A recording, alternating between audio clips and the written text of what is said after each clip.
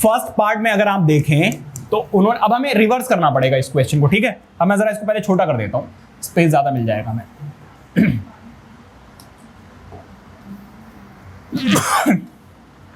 इधर देखिए जरा, फर्स्ट पार्ट में बेटा 9x square plus 6xy plus y का स्क्वायर, ये आइडेंटिटी बेटा कैसी दिख रही है? a square plus 2ab plus b square की तरह दिख रही है, नहीं दिख रही है? तो बेटा इसको हमें पता है बीच में प्लस प्लस आ रहा है, इसका मतलब ये किसकी तरह है? x square plus 2xy plus y का स्क्वायर, कुछ ऐसा दिख रहा है। ये किसके इक्वल होता है? ये होता है बेटा x प्लस y के होल स्क्वायर के। वो कह रहे हैं बेटा फैक्टराइज करना है इसको, ठीक है। हाँ जी, अब x की जगह पर बेटा क्या है? देखो यहां पर x का होल स्क्वायर है, लेकिन यहां पर होल स्क्वायर नहीं है, तो बेटा क्या होगा? क्या मैं इसको 3x का होल स्क्वायर लिख सकता हूं? बिल्कुल। यहां पर देखिए फिर y स्क्वायर सबसे पहले लिखा करो, बीच में क्या होता है? 2a की जगह पर बेटा क्या है? जरा देखिए 3x, और y की जगह पर क्या है बेटा? y। देखो 3 2 6 दोबारा से आ रहा है या नहीं आ रहा है, ये चेक भी करना है कि मल्टीप्लाई करके बीच वाला, अगर मान लीजिए मैं 8 दे देता यहां पर, तो क्या ये वाली आइडेंटिटी यूज हो जाती? नहीं होती। यहां पर इसका भी होल स्क्वायर है, इसका भी होल स्क्वायर, लेकिन बीच वाली जो आइडेंटिटी है वहां पर 6xy की जगह पर 8yx होता, xy होता, तो बेटा फिर ये आइडेंटिटी यूज नहीं होती। Are you getting my point? तो बीच वाली टर्म को बेटा चेक करना बहुत जरूरी है। अब क्या हो जाएगा बेटा? x की जगह पर बेटा x प्लस y आ जाता था, यहां पर x की जगह पर बेटा क्या है? 3x, और y की जगह पर बेटा y ही है। क्योंकि फैक्टराइज करने के लिए बोला है तो बेटा इसको 2 बार लिखना पड़ेगा, मैंने आपको इंट्रोडक्शन में भी बताया था।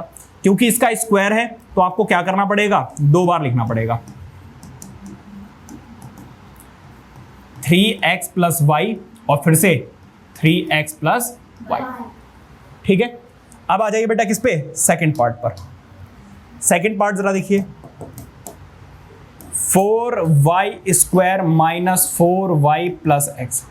बीच वाली टर्म बेटा डिसाइड करेगी whether identity will be x plus y का होल स्क्वायर और x माइनस y का होल स्क्वायर, ठीक है। यहां पर बीच में माइनस आ रहा है तो ऑब्वियसली बेटा कौन सी आइडेंटिटी यूज होगी? यूजिंग कौन सी? x का square minus 2xy plus y का स्क्वायर। बेटा x की जगह पर यहां है,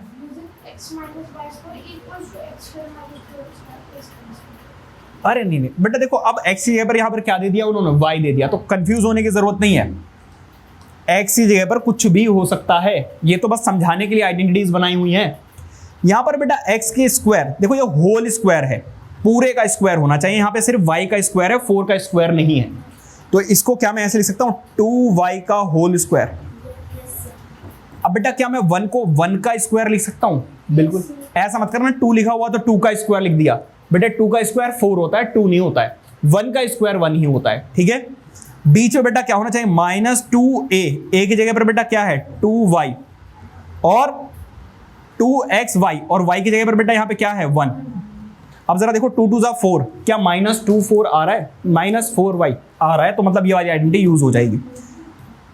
ये वाली बेटा आइडेंटिटी किसके इक्वल होती है? ये वाली आइडेंटिटी होती है बेटा x माइनस y के होल स्क्वायर के इक्वल। तो यहां पर x की जगह पर क्या है? जरा देखिए 2y, तो 2y आ जाएगा। y की जगह पर बेटा क्या है? 1, तो माइनस 1 का होल स्क्वायर। क्योंकि बेटा यहां पर होल स्क्वायर है तो बेटा फैक्टर्स करने के लिए आपको क्या करना पड़ेगा? चाहो तो इसको लिख दो यहां पर दोबारा से 4, क्योंकि इसको सॉल्व करो यही तो आएगा।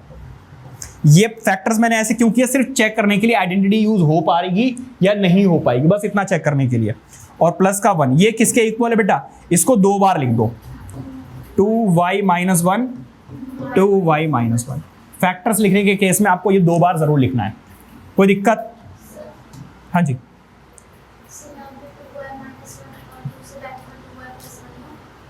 प्लस में बेटा देखो स्क्वायर है ना, स्क्वायर में सेम टर्म को 2 बार मल्टीप्लाई किया जाता है, तो सेम टर्म के में तो आपको वही लेना पड़ेगा, है ना, प्लस में नहीं आएगा। इधर जरा देखिए थर्ड, x का स्क्वायर माइनस y ओवर 100। मुझे दिख रहा है कुछ जानी पहचानी सी आइडेंटिटी लग रही है, कौन सी वाली? यहां पर A square minus B square वाली आइडेंटिटी लग रही है, लेकिन मैंने X square minus Y square क्यों लिखा? क्योंकि पॉलिनोमियल में ऐसे ही आइडेंटिटीज दी हुई हैं, तो इसलिए मैं ऐसे ही लिख रहा हूं। ठीक है, क्या होती है इसकी आइडेंटिटी? इसकी आइडेंटिटी होती है बेटा, एक बार प्लस में लिख दो और एक बार माइनस में। ए स्क्वायर माइनस बी स्क्वायर की आइडेंटिटी होती है ए प्लस बी और ए माइनस बी। हाँ, अब इसको कन्वर्ट करके पहले देखते हैं। ये बेटा है एक्स का स्क्वायर, कोई दिक्कत नहीं, लेकिन वाई पर तो देखो स्क्वायर है, लेकिन 100 पे स्क्वायर नहीं है, तो क्या मैं यहां पे 10 लिख सकता हूं? कोई दिक्कत नहीं। अब बेटा आ गया X square minus Y square which is equal to X plus Y और एक्स माइनस वाई। इस तरीके से आपको करना है। बताइए कोई बात, कोई दिक्कत? ये हो गया आपका question number 3। Please note it down.